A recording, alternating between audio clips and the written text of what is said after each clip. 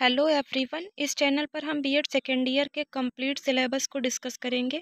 BEd second year के question paper में प्रबंधन की विशेषताएं संबंधी प्रश्न पूछ लिए जाते हैं, तो आज हम प्रबंधन की विशेषताओं के बारे में डिस्कस करेंगे।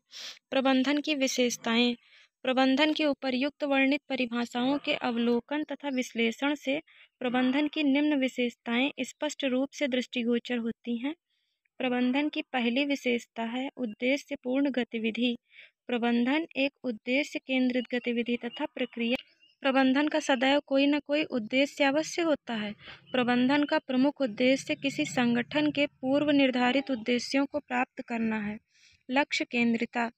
प्रबंधन का केंद्र बिंदु अपेक्षित लक्ष्यों की प्राप्ति हेतु क्रियाकलापों का आयोजन करना है।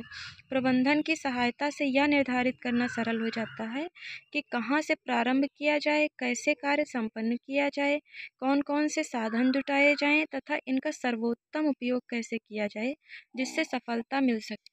प्रबंधन की तीसरी विशेषता है सार्वभौमिकता। प्रबंधन में सार्वभौमिकता की झलक मिलती है। यही कारण है कि सभी समाजों, सभी परिवारों तथा सभी उपक्रमों में किसी न किसी रूप में प्रबंधन की आवश्यकता होती है। प्रबंधन की चौथी विशेषता है समन्वित प्रक्रिया। प्रबंधन के अंतर्गत विभिन्न मानवीय एवं भौतिक संसाधनों को इस प्रकार से समन्वित किया जाता है कि उससे अधिकतम वांछित परिणाम प्राप्त हो सके। प्रबंधकर्ता अपने ज्ञान, अनुभव, शिक्षा तथा कार्यशैली के द्वारा उपलब्ध संसाधनों का उपयोग करके कार्य संपादित करते हैं। प्रबंधन की पांचवी विशेषता है क्रिया आधारित। प्रबंधन की प्रकृति क्रिया आधारित होती है।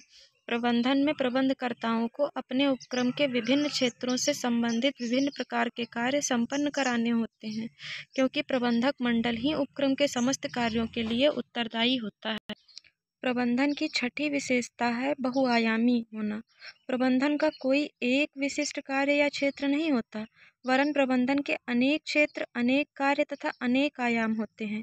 यही कारण है कि प्रबंध में प्रबंधन सिद्धांतों के साथ साथ मानव शास्त्र, शिक्षा शास्त्र, समाज शास्त्र, मनोविज्ञान, विज्ञान, गणित तथा अनेक अन्य विषयों के सिद्धांतों का प्रयोग। प्रबंधन की सातवीं विशेषता है अदृश्य शक्ति।